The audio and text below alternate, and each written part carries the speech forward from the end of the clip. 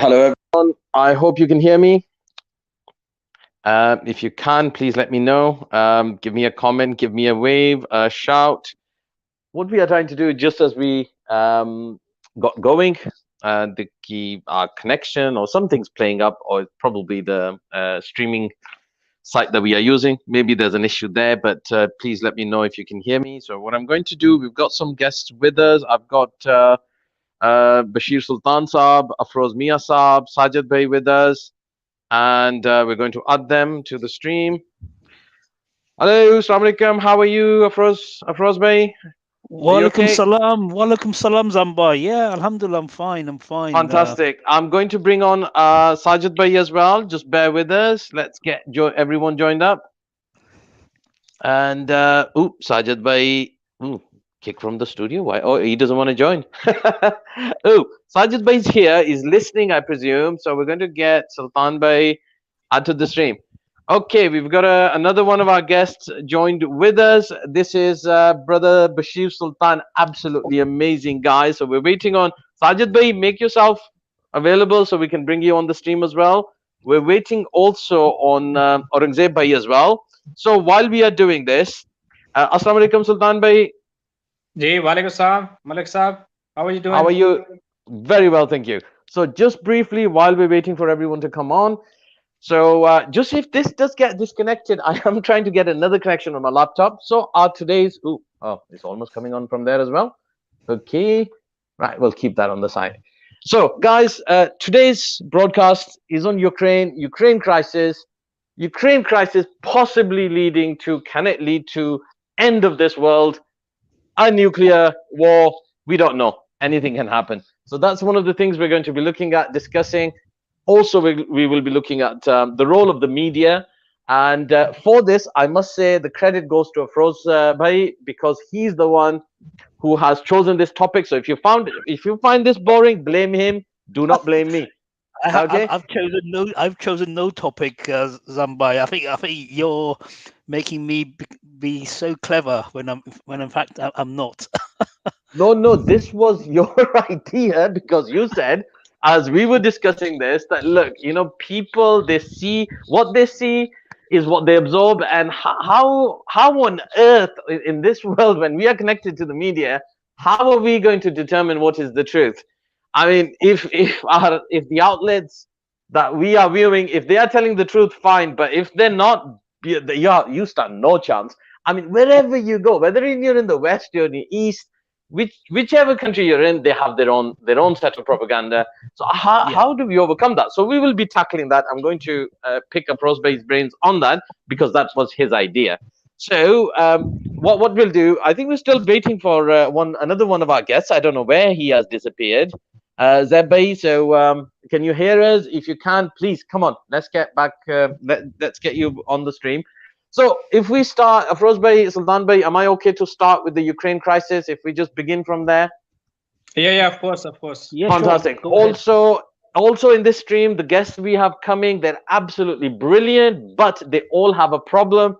They cannot stay serious for too long. So if you're joining us in the middle of the stream and everyone's going kind of in separate directions, you have to bear with us. You just have to kind of just accept it for what it is. So coming back to the topic on the Ukraine crisis, so I think one of the things I would like to do, because what I have viewed is that Vladimir Putin woke up one day and he said, well, you know what? I want to reclaim the old Eastern European countries, the former Soviet states. And he just got his troops onto the border of Ukraine, and Ukraine thought, what? We're in the modern times. No one's going to invade us. We have all these promises. Come on, guys, what's going on? So he goes running to the USA. You've got the EU is trying to talk to the Russia to say, come on, guys, what's wrong? We can sort this out. And then, Vladimir Putin just comes in and invades Ukraine. So this is how we perceive it. And we, as we have seen, that this is in modern times shown to be something that has never been seen, which is a complete nonsense, really. Because we have been seeing it in all these other countries that we're going to mention. And so if we begin, if I have your permission, to kind of just have a quick, fast recap as to how we managed to get to this point, to the Ukraine crisis, which now potentially, if things trigger, as the US has brought their forces on the border into Poland, and Vladimir Putin hasn't backed out, he's actually winning the war. And there's some other things triggering in the other part of the world. You've got China, Taiwan, India, Pakistan. There's lots more going on. They're all in grouping. So something, if triggers from somewhere, boom, we are gone. So coming back to Ukraine. So when we look at Ukraine, what has not been covered or extensively enough, it is that there was an agreement when the Soviet Union broke down that all the Eastern European states will become, in effect, a neutral states. So Russia, Europe can get on with each other, get along. So if there are no weapons within there. So this agreement kind of signed in 1997. And then we find that in come 2004, fast forward, Vladimir Putin is the president. Russia has been quite weak. And we do not see a single person in the USA or Europe or anywhere else having a single report to say that Vladimir Putin intends to reclaim the Eastern European states or he wants to expand Russia. Not a single report, even from any of the intelligence agencies. But what happens in 2004? George Jr. Bush, he decides to invite Georgia, which is on the eastern border of Turkey, if you kind of bring up the map. Unfortunately, just as before we were about to kind of go live, everything went kind of pear-shaped on my connection. So all the settings I'd put up, they've all gone, I need to just recover those. So basically, in 2004, they basically were offering the same thing what they're offering to Ukraine today, just near Turkey. And this is when we see that Vladimir Putin suddenly, looking at his strategic interest, goes into Georgia, and that was it. That was the end of the matter. We thought, this is it. They've learned the lesson, and that will be the end. But what happens again? We come back to Ukraine. So in Ukraine, 2010 onwards, we find the situation begins to change. Ukraine is approached against the agreement they had that there will be no EU expansion or NATO expansion for that matter, eastward. And as they came to Ukraine, and this is where Vladimir Putin said to Ukraine, look, why don't you just remain neutral and we'll give you the benefits from both ends. At this time, Ukraine was trying to make an agreement, an economic agreement with the EU, who were offering them some very tough terms because Ukraine is fundamentally corrupt, the whole system, and they weren't very happy to accept those terms that were being put forward by the EU. And this is when Vladimir Putin came in and offered them a very soft loan of $15 billion. So they took this loan. And as soon as the loan was taken and the Ukrainian president returns, suddenly these protests begin to emerge. And from these protests, people are killed and this guy has to escape. So we can imagine that this is the first regime change, not by Putin, but by someone else. Anyhow, now we come to our modern guy. So now we assume that suddenly Russia has managed to come into Ukraine, but what is not reported that Vladimir Putin has time and time again has put to Ukraine that leave this as a neutral buffer zone, a country that doesn't is not an outpost for either Russia or Europe, and this remains a neutral country because for Russia, all of the invasions that have happened of late, whether it was the Napoleon, whether it was the old German Empire or the Nazis, they all came through Ukraine. So Ukraine has a huge strategic importance to Russia. It does not mean that I'm saying even for a second that someone has a right to overtake a country. But then again, in the Cuban Missile Crisis, what we found, the USA was kind of pretty much applying the same rules.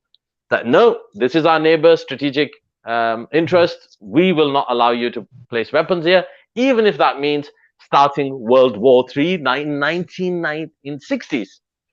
So this is what we're looking at in terms of the Ukraine crisis. But what I would like to do, I'm going to go back to come back to our guests, Sultan Bashir Saab. What do you think? I mean, this Ukraine crisis, as you've seen it unfold, 2 weeks into it, pretty much Vladimir Putin has defied everyone. Look, and he's pretty much close to victory now. Do you think this has the potential to go bigger or become a third world war? Malik Saab, obviously, whenever there's a conflict, we need to look into the background, what was being cooked behind the scene. So everyone knows about the background of this whole conflict. Why did it came into being? At the moment, Russia is in the Ukraine, and Ukraine is being backed by the NATO's, all the countries, and by America. In terms of obviously they are providing them a bit of weapons as well on the limited scale, and of course America is having the sanctions and all that. The Putin has started this war knowingly the repercussions, the outfall of it. So he is well aware of the consequences he was going to face and he is facing at the moment. Now, from my point of view, what I feel the question is that where will it take the Europe to and Putin to? Where will this war lead us to? So NATO forces or the Europe is not going with Russia as in direct conflict.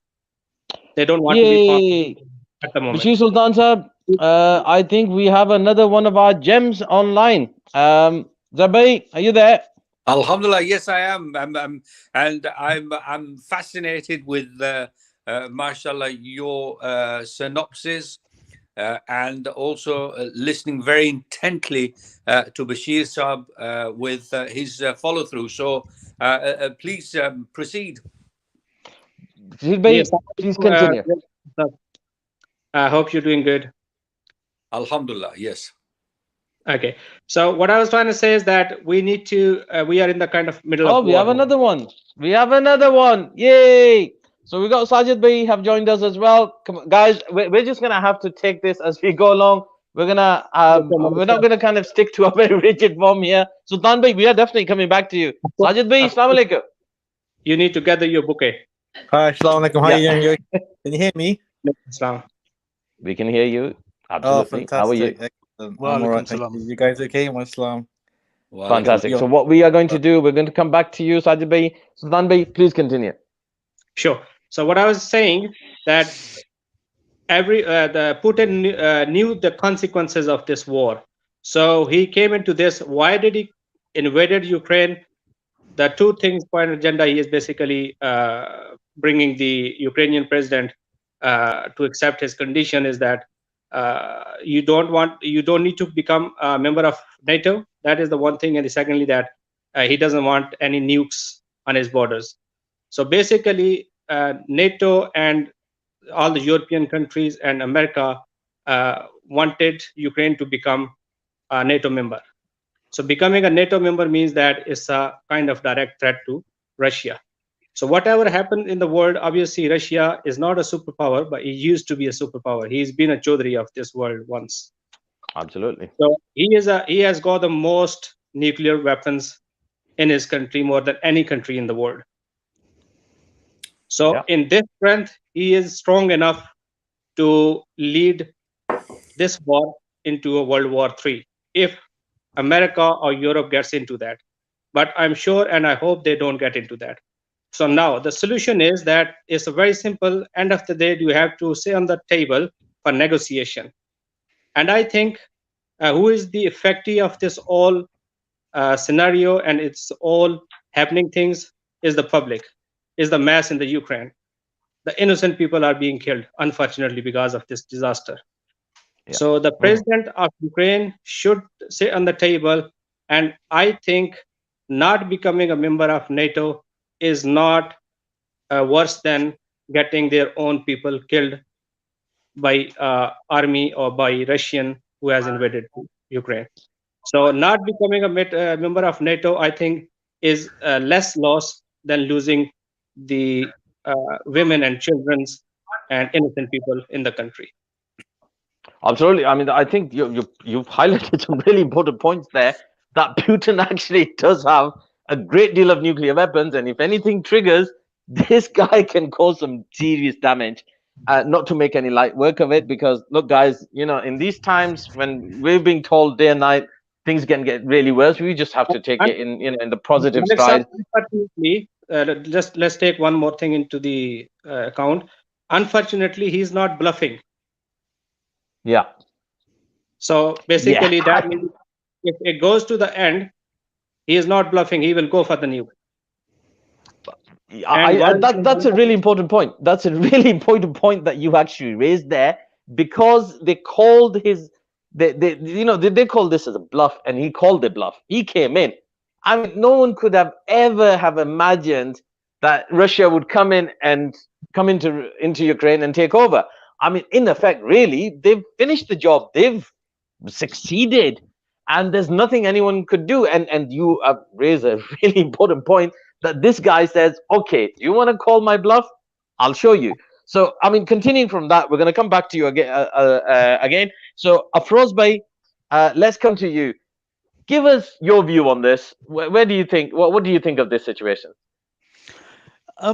Yes, I mean, I've been listening intently to what's been discussed to date. I think one thing that slightly is not clear, and this is where I agree with most of what you've said, Zambai, and also Sultan Bhai, but there's one comment that Sultan Bhai made which is not clear to me, and it confuses me a lot, and that is why Ukraine specifically, and the rationale given is that they don't want nuclear weapons on Russia's borders. However, Estonia and Latvia are on Russia's borders, and they are also members of NATO. So Russia didn't throw their toys out of the pram when that happened, but they're doing it with the Ukraine. So there must be something else to this instead of just NATO. they're quite small. I mean, if we look at the map, and if we look at Estonia, I'm looking at the map at the moment. Yeah. Oh, actually, I had this set up, all the maps and all the pictures, but my internet went. But if these are quite small countries, and especially the time when they went into Poland and a few of the other countries, Russia was so weak that there was nothing they could have done about it. But Ukraine is a big fish. I mean, this is like the second largest country in Europe. Just to add it was kind of almost. Can you see that map? Yeah, I want to add something here. Yeah. Okay. Please continue. You don't need permission. Just walk in. Just stream in. Russia is being encircled, basically. So the much he could afford, he afforded. He kept quiet. On one point, we should say that he is being kind of reasonable, being a largest nuke holder. And obviously, there is a time matters as well. So he actually, this contract is going on from last 13 years almost. Yes. So basically, the other country alongside the Ukraine do have their weapons and all that, but obviously you can't encircle some country from all the corners. So obviously this is becoming more threatened to Putin. Yeah, I mean, to be honest, what Russia has kind of countered is something that we have been kind of suffering for many years, haven't we? But Afroz Bhai, I'm going to let you finish your point first. Please continue. Sure. So you were at the point of Latvia and Estonia. Yes, please continue right. from that. That's right. If you look at the map, at the moment, Russia, they didn't do or say anything when Latvia and Estonia joined, who are on Russia's border. Maybe they didn't do anything because they've got a bit of Russia to the west of those countries. So maybe they weren't too worried, because if the USA or anyone was to put nuclear weapons there, they would quickly suss that out and stop it, because they've got obviously Kaliningrad. Do you see that little bit, the north of Poland on that map? That is Russian, and that could easily, from there, they can invade Lithuania, Latvia, and Estonia and take them back. So maybe that's the reason why. Probably take them Afroz Bhai, would it take them a couple of hours if they did actually intend to do that? But I mean, mentioning that, I'm not going to make joke of it. Yeah, They precisely. actually have done that. Yeah, precisely. You're right. You know, it won't take them very. It's a bit like, you know, well, you would be aware of this, and in fact, everyone else will be. It's a bit like, you know, driving through Bradford, maybe. You know, is that small? You know, you just drive through and that's it. It could be. But I was thinking of in a subcontinent. You know, the northeast parts of India and Bangladesh. Yeah, yeah. You've got that corridor between Bangladesh, North Bangladesh, and Nepal, which Bangladesh the Siliguri corridor, no? That's right. Could easily cut that, and the whole of Assam, Tripura, Manipur, either Nepal or Bangladesh or China could easily cut that off from India. And it's very similar to Lithuania, Latvia, and Estonia. So maybe Russia didn't think they would be threatened if they became parts of NATO. But Ukraine is a different matter altogether. It's a much bigger country. It's also where the original Russian civilization came from. Yeah. And they obviously have much closer relationships with Ukrainians. Sorry, I'm just trying to show myself here. No, I'm trying to bring up the map because my laptop has just come back on. So this map you've got on the screen. I'm just trying to bring it onto the screen, but you continue talking, Afroz Bhai. Yeah, no problems. But yeah, that map, you know, what I was showing, there are different political things that are happening here, and I think Ukraine, you know, the original Russian civilization came out of what is called Ukraine. You know, Kiev or Kyiv, depending on who you speak to. You have to be careful now how I pronounce that city, depending on who I speak to. I've got Ukrainian friends here in Nottingham. I don't know any Russians, so I have to be very careful, you know, to say Kyiv to my Ukrainian friends. But okay. Oh, that's a nice sensitive times, of course. Yeah, precisely.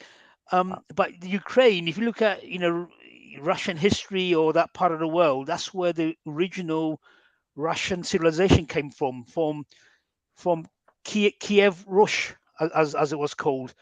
And you know, Kyiv or Kiev itself is older than Moscow as a city.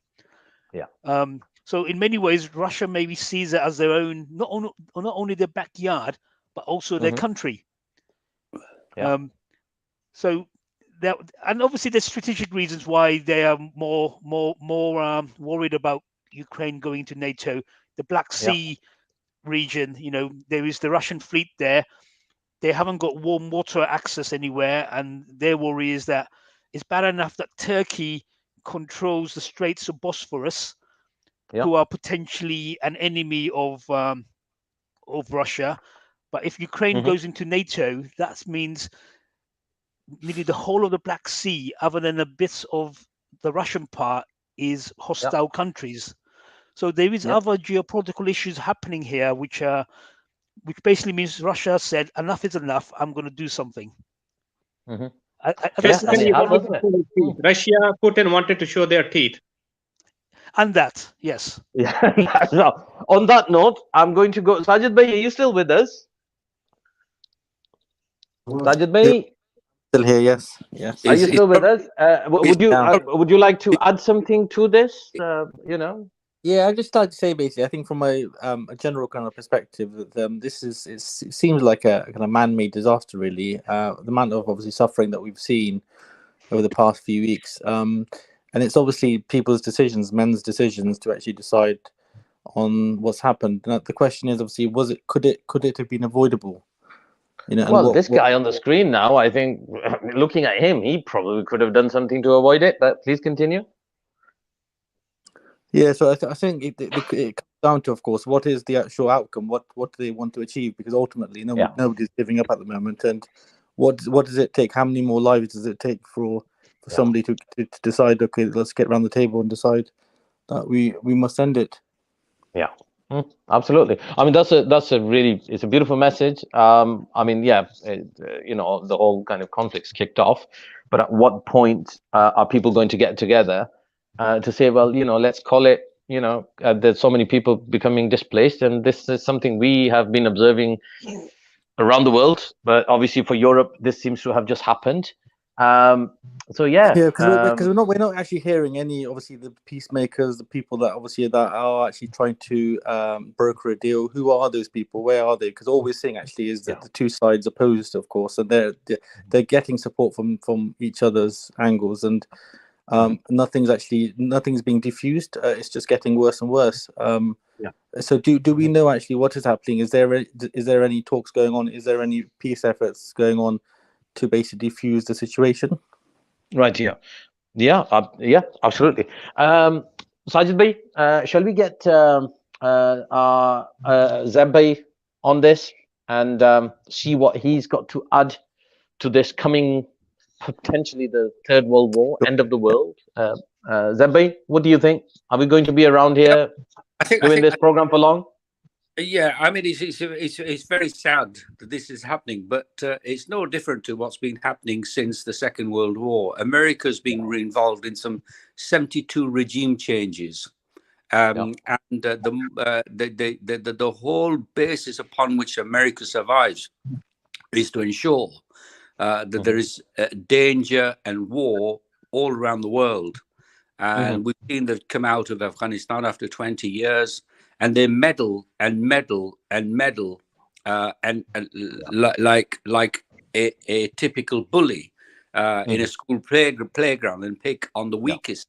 And the day that it comes against somebody who can possibly punch them on the nose as well, then all of a sudden retreats, which is what America are doing. I mean, how many times have we seen America stroll into countries, absolutely, utterly destroy them, and just leave? And you know, in the olden times when the empires were on the rise, countries had to physically go into another country and steal their resources. And now it's a case of selling them arms, which they can little afford, and it's almost a protection racket. That's all it is. I mean, if you join NATO now, you've seen they've caused a war. Now, the only country that's really is going to benefit is America, first and foremost, and all the others that manufacture arms. Germany's already said that they're going to increase their spend on military. So have the other countries. So now they can afford it. But what happens to the smaller countries? Now then America will meddle indoors, cause.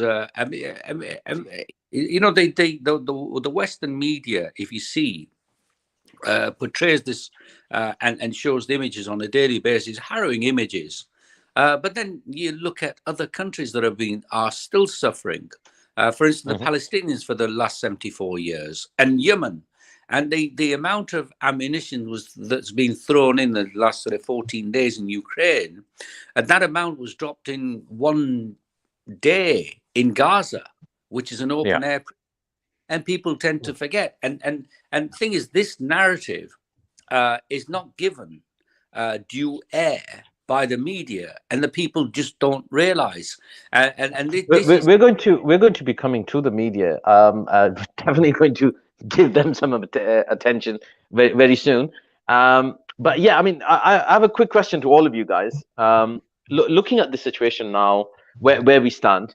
I mean, 2 weeks gone now in terms of Russia going into Ukraine. Literally, I mean, from Putin's perspective, he seems to be hitting all his targets. He's actually getting the job done. From here, where do you see this going? Because at one point we thought this could become a very prolonged conflict in which the people who would have suffered would have been the Ukrainians, because no one's gone in to help them. But now that Putin seems to have control over it.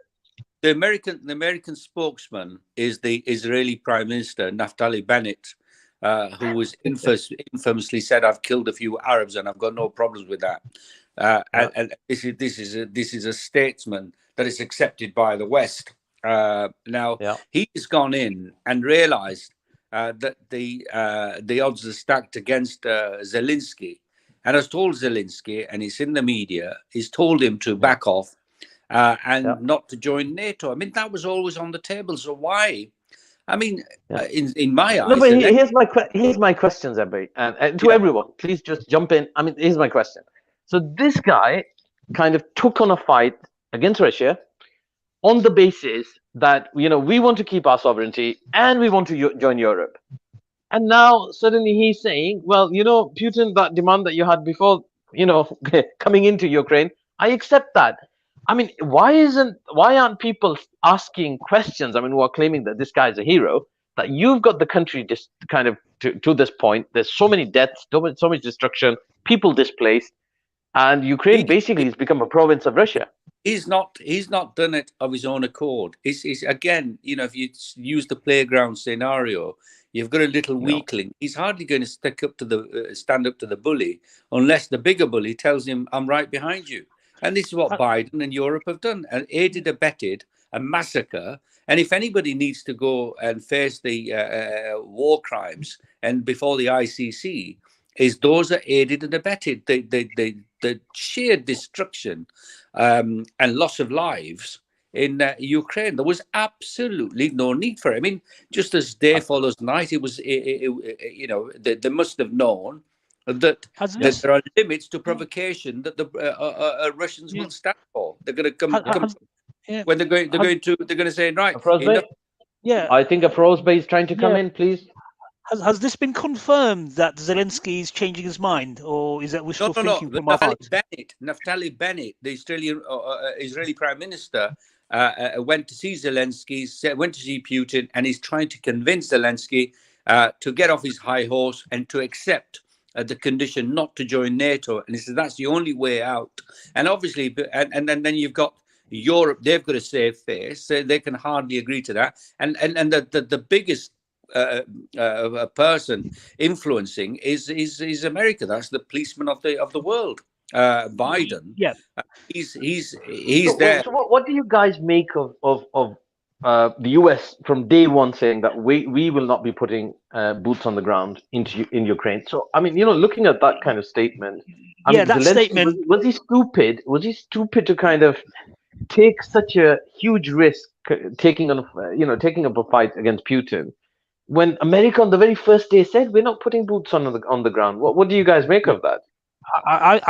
What I make of that is that you could see it in two different ways. You could take the conspiracy route, which is America was bluffing, and in fact they weren't bluffing, or they were really telling the truth, and Zelensky, maybe there's others behind Zelensky which are beyond America's knowledge who are pushing him.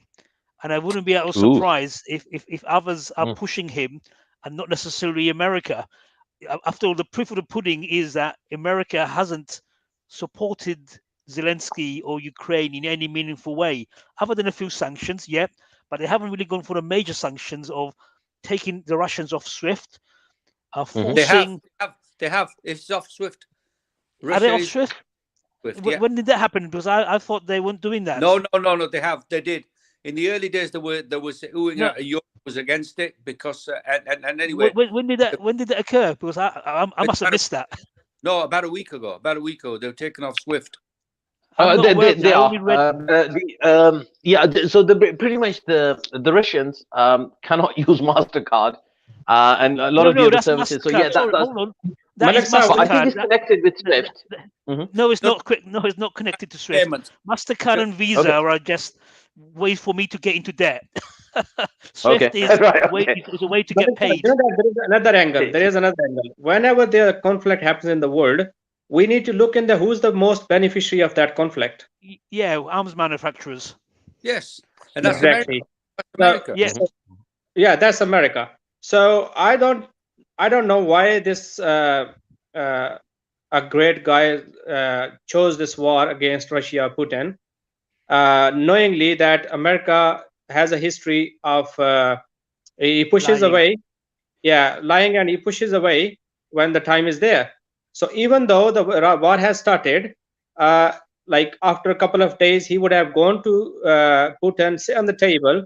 And even now, the solution, what I find in the future, because this war can be a little prolonged, But end of the day, he has to agree and he has to say on the table, and he has to leave his stance becoming a NATO member. Otherwise, obviously, the Putin is taking his steps very slowly, gradually towards his main achieving the goal he wants to achieve. I mean, so Sultan Sahib, I mean, really now, I think it's a bit too late for him to say I agree with or to say to Putin that we won't join NATO. I mean, Putin's come in, he's called the bluff, you know, and he's in the country. Putin will make this happen because he's not going to sit back now. Yeah. What I feel from this, from his gradual steps, he's not going to step like he's not going to. Yeah, I mean, Putin won't be stepping back. So who was it who was saying Zelensky and we quieten them? Obviously, it was Europe and America who actually gave him the green signal, and he went into this war on the basis of the support which he was expecting from America and the NATO's, which he is not having now. And the things should be clear to him. So I think that the Ukrainian president should save his country and the public. Yeah. Okay. So on this note, sorry. Do you guys want to give your final comments on this? Being mindful of the time, I want to tackle the media one, and what we can do. Obviously, this will be a regular thing, and so we can kind of keep coming back to this. So please just give me your final, couple of 30 seconds. Yeah, the analogy I give is Mr. Bean being sent into the boxing ring to fight Mike Tyson, and every rib and bone-crunching blow that he receives is applauded by the West and America at a safe distance, and that's exactly what's happening. Yeah, I don't think Russia has got his own genuine concerns about this whole episode happening, and America is behind all this. He wanted this to happen to make the money out of this, and the Zelensky should think of and should sit on the table with Putin and resolve the issue by dialogue, accepting the reasonable things which he can to protect his country and to save his people. Yeah. Sajid Bhai, would you like to have some final comments? Yeah, I'd just like to make a few remarks, really. I think when you say that the boots were not on the ground, I mean, in so many other ways, there are boots on the ground. There's ammunition being provided. There's money. There's all sorts of different resources being provided. So actually, what's the difference? Mercenaries as well? Yeah. Yeah, exactly. And what's the difference? One more thing. Don't forget about the prices of the oil. Basically, Russia actually is the major supplier of the oil and gas. So just think behind that, who's the most beneficiary of this whole conflict, because the oil prices has raised up, and America, I think, wanted to sell its oil to the European as well on the cost. The form of proxy war, isn't it? We've seen around the world, basically. Absolutely. A proxy war potentially. Yeah. Anything else to add, Sajid Bhai? No, just hope it ends basically, so we can put some get back to normal prices on the. Get back to normality, and our energy price bills can come down. Afroz Bhai, your final words on this, sir? My final words, my energy prices need to come down, and my share portfolio is looking terrible. I mean, it's. I know I'm being a bit of a joke here, but it is having an effect right across the world. What's going on? It is, yeah. And I personally think there's been miscalculations on all parts: Russia, Ukraine, the West. Yeah. I think it's basically men with toys. They think they've got massive appendages wagging them around, and they realize that what have we done? I'm just looking at one example where all these companies, Western companies that are leaving Russia. If you look at that, that's actually a massive hit on those companies. Russia is thinking, McDonald's, Coca-Cola, wow, what do I care about them? Does anyone care about them? I mean, if McDonald's or Coca-Cola left the UK tomorrow, will I miss them? Yeah. I may miss my fish burger, but that's it. And I mean, someone even went to the point of saying that if these social media sites leaving, Coca-Cola and all these guys leaving, Russians could be the healthiest people on the planet come another year or so. Yeah, Russia has bought Precisely. China and is back to buy his oil and gas and all the Yeah. resources he wanted to sell. So Yeah. I think end Okay. of the day, he's So not in the yeah. So losing end. on this right. note, Afroz Yeah. Bhai, I'm gonna give you another 20 seconds. We're moving on to the media one. That was your topic, so I really want to get back. I really want to cover that quickly.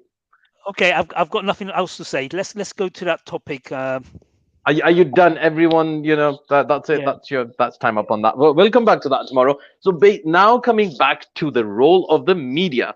So guys, you know what? I'm going to start with Zebai on this because just because he lives quite close to me, so I have to give him preferential treatment. So I know that he has been for a long time kind of been an anti-war advocate, sporting for the rights of the Palestinians, the Kashmiris, anywhere around the world. And this guy has had to go through such a tremendous ordeal, being banned from one platform to another. And this is all the media. And now suddenly, all the things that he was complaining about, now everything is okay with that. So Zebi, I'm going to try to speak as less as I can on this one. Please, you kind of give us a 1 minute take on the media, please. I think Zebi's gone to Zebi. Okay, he's looking a bit pale on my screen, meaning that he's not with us. So, Afrozbay, because you picked the topic, you asked the question, which was that there is a manipulation of the public, the information that's fed them. That's what their perceived reality is. Is that true? Are we seeing a very kind of unreal? Mhm. I've got a different spin on this. I think when I mentioned it on WhatsApp, I don't recall saying specifically those comments, but in many ways, that is what is probably inferred. You've interpreted it probably. You've actually interpreted it in a correct way, even though I didn't use those words. I do have a habit. I will always kind of exaggerate it. So yeah, Yeah, please, yeah, all I our think. listeners keep that in mind in the Yeah, coming I think. segments as well. But But Afrozbay I does. think. Yeah, Yeah, your record set straight. Please yeah, continue. I think your interpretation is actually spot on from what I was saying. That's the next step from what I was saying. And what was I saying? What I was saying is a number of strands. In fact, one of the strands I actually missed in that post I made on our WhatsApp group. But basically, the strands are as follows: in the West, this is the West mainly. And when I say West, I mean obviously Europe, North America. I'm sorry, not even North America. If you exclude Mexico and the Anglosphere as well. So Europe and the Anglosphere. There's an issue there in that historically they've come from a not from a you could say a white supremacist or they are superior to the rest of the world attitude, and they've developed their own countries, their own institutions, and international institutions based on their superiority, initially with military and economic power, and now cultural power. As a result of that, they have this deluded belief that they are right and everyone else is wrong, even when it is patently obvious they are wrong. And not only that, that and they're actually educated in that right from from birth, and it's been going on for hundreds of years. I could talk to you forever about these strands from history. That's my background. And the institutions around the world and the institutions around the world are based on what they want, whether it's the UN, IMF, the World Bank, SWIFT, all of that. Everything is under their control.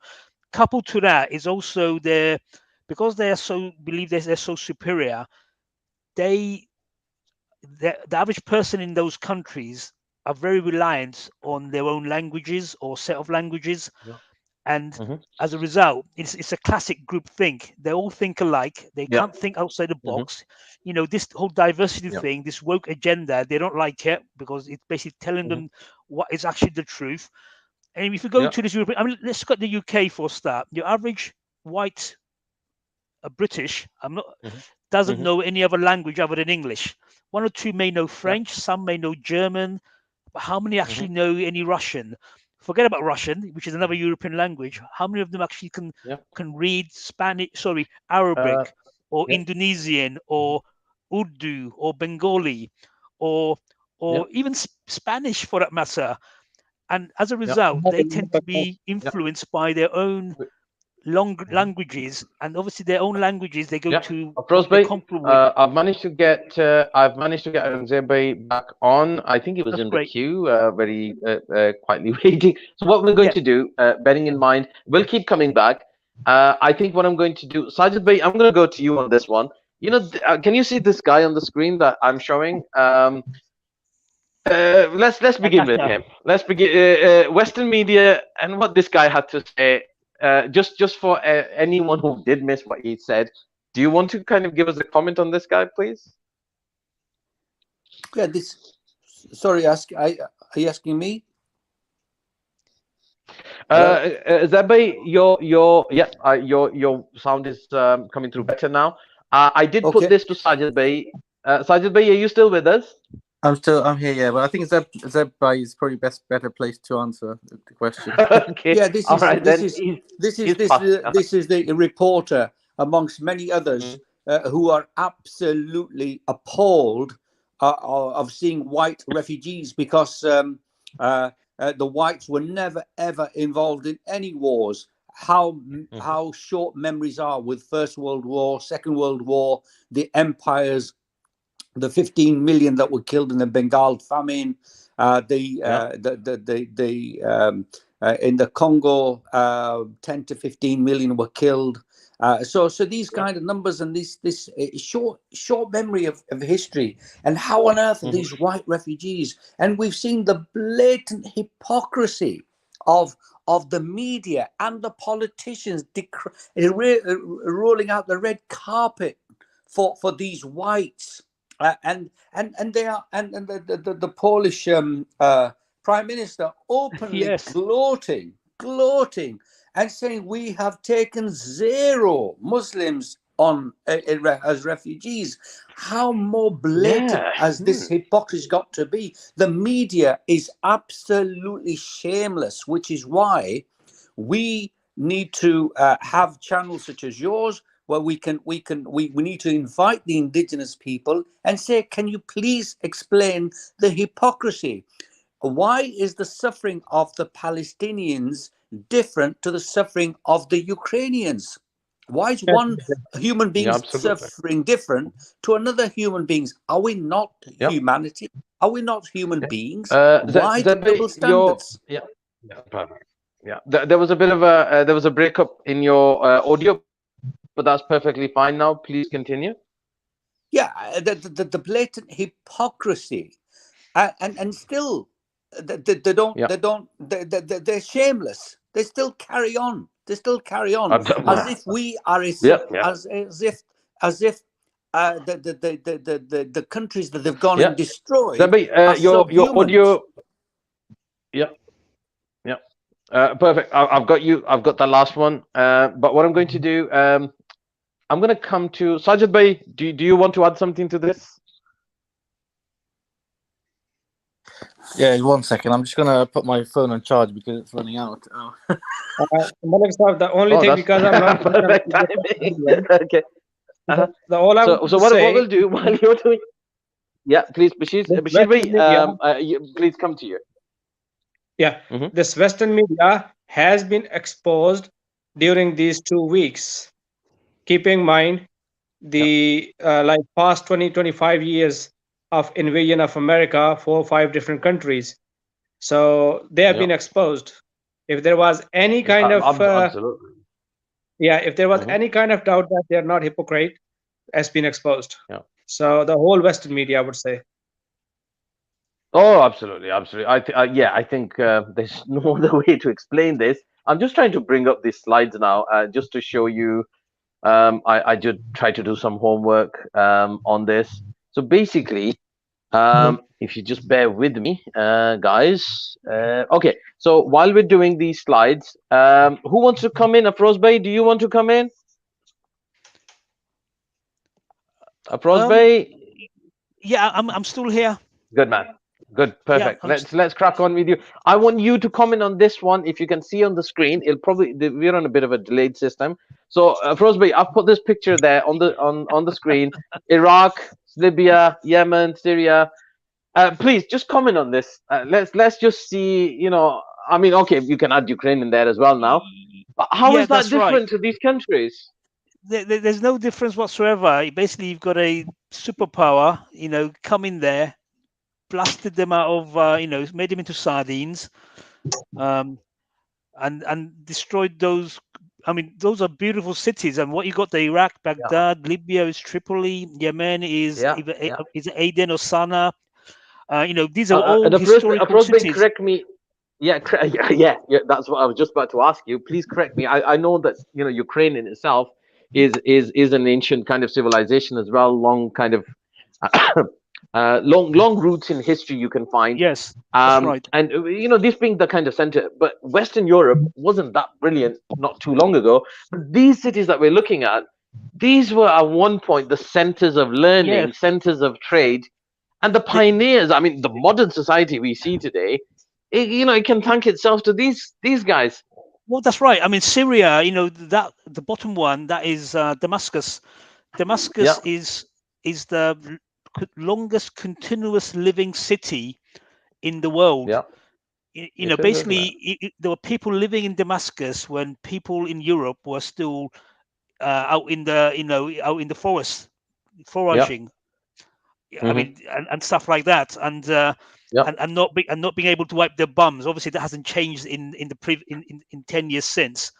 Well, Syria, Damascus was a main city going back thousands and thousands of years. And it's still got people there, and it's fantastic.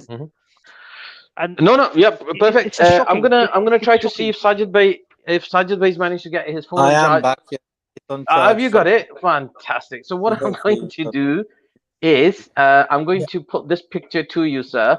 And if you can give me a bit of a comment on this. So basically that'll come up as soon as it come up. Hopefully give me oh yeah, I think you've got it. So on one hand we've got that war must start.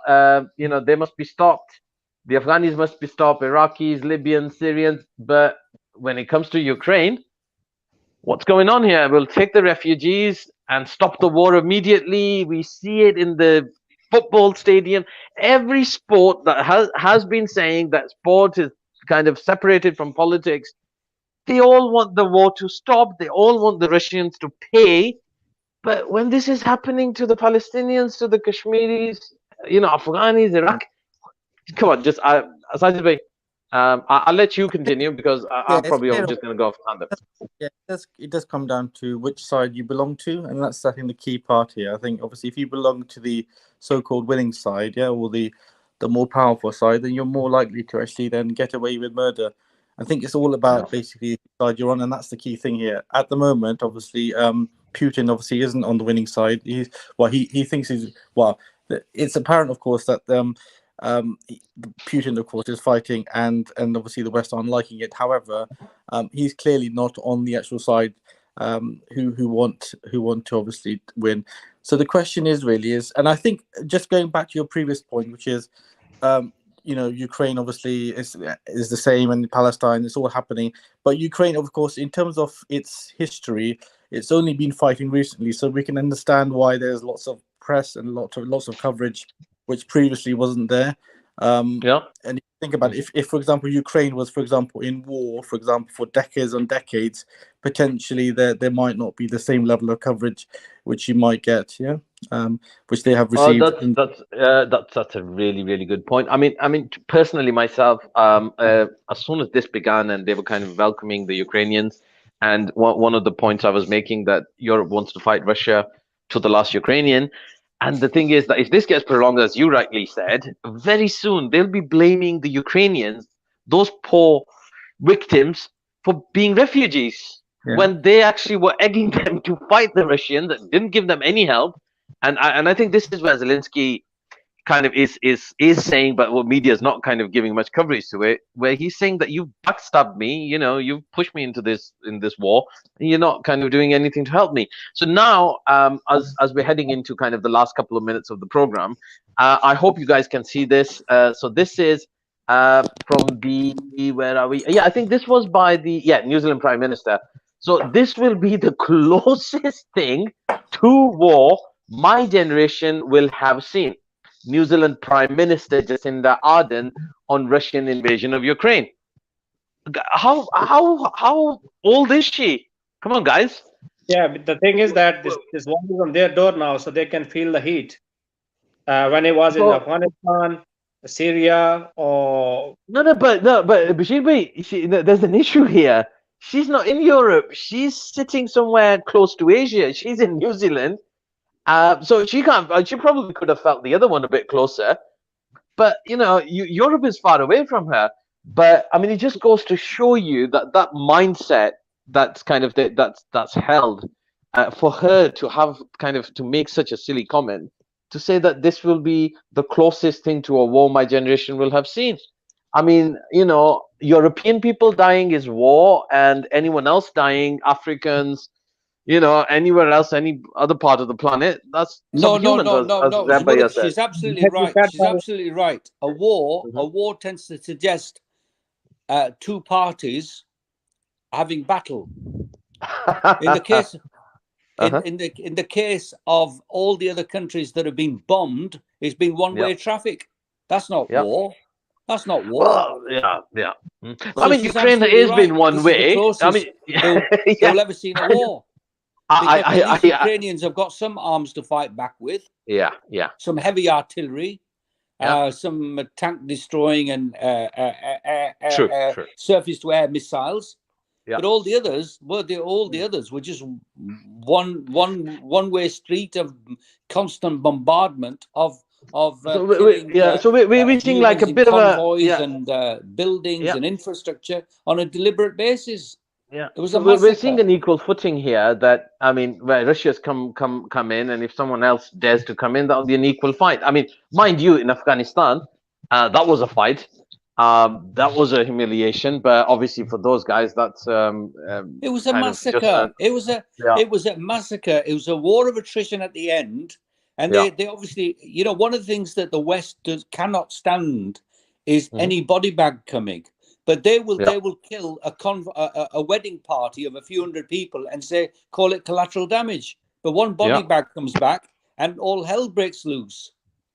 How many wedding parties were destroyed in Afghanistan? How many wedding parties were destroyed in Iraq and only referred to as collateral damage? Even as the Americans were leaving Afghanistan, they killed the party, including 5 or 6 children in a car by a drone attack, and they called it collateral damage.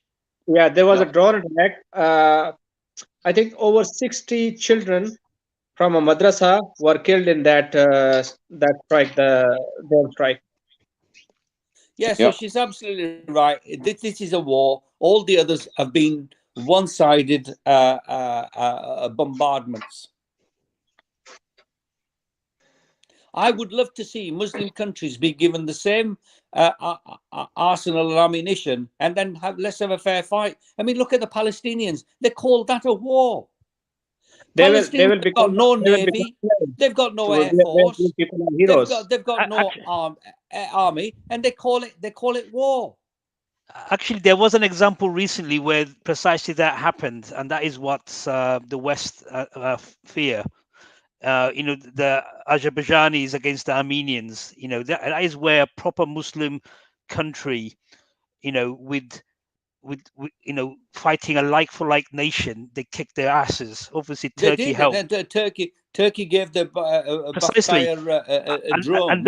And that is exactly what happens if a proper Muslim country, properly armed, fights one of these non-Muslim countries. We take them to the cleaners, and they don't want that. And unfortunately, we've got rulers in our countries that seem to play with that game and say, "Yeah, you can come and bugger us every now and again. We don't want to be at your level of technology or development." I'm basically talking about Al-Qaeda used to be here. Al-Qaeda used to be hero when he was they were fighting against Russia. Yes. And when they started fighting back to American, they became what do you say that suicider and became an enemy. Became an enemy. Yeah. became an The enemy, thing is, the exactly. West, America needs constant Yeah, war they became somewhere. terrorists. The West, Yeah, the American economy needs constant war somewhere in the world in which they are supplying arms. Full Yeah. stop. yeah. The biggest problem is in the case of Muslim countries is us ourselves. We allow ourselves to be basically buggered left, right, and center. We have What I- leaders who allow this. You know, it was interesting what Imran Khan said. Was it last week?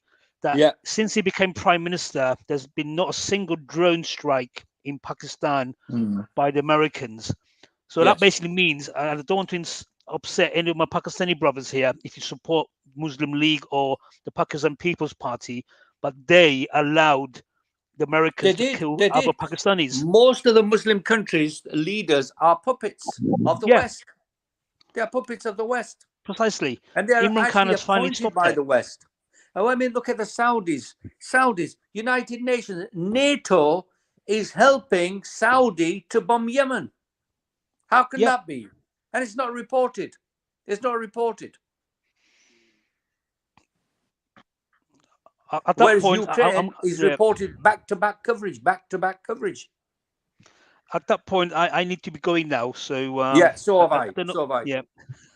Zamorid Bhai, I have to leave as well. So thank you so much for inviting me. It was great to have a joint session with you lots. So it was faster direction anyway. So I love to have a sitting with you lots. Inshallah. Inshallah. Okay, it's Allah Hafiz from me. Allah Hafiz. I'm from me. Assalamu alaikum. Wa alaikum assalam. Yes, Malik Saab, shall we call it a day now? Or I think so. It's getting late, isn't it? So yeah, thanks for your time. Thank you. Thank you, everyone. Assalamu alaikum. Thanks a lot. Take care. Bye.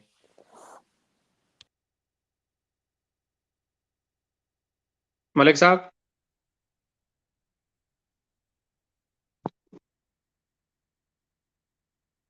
If you're hearing me, I would like to call it off now. So good night. Thank you very much for getting me online. And Allah Hafiz now. Good night.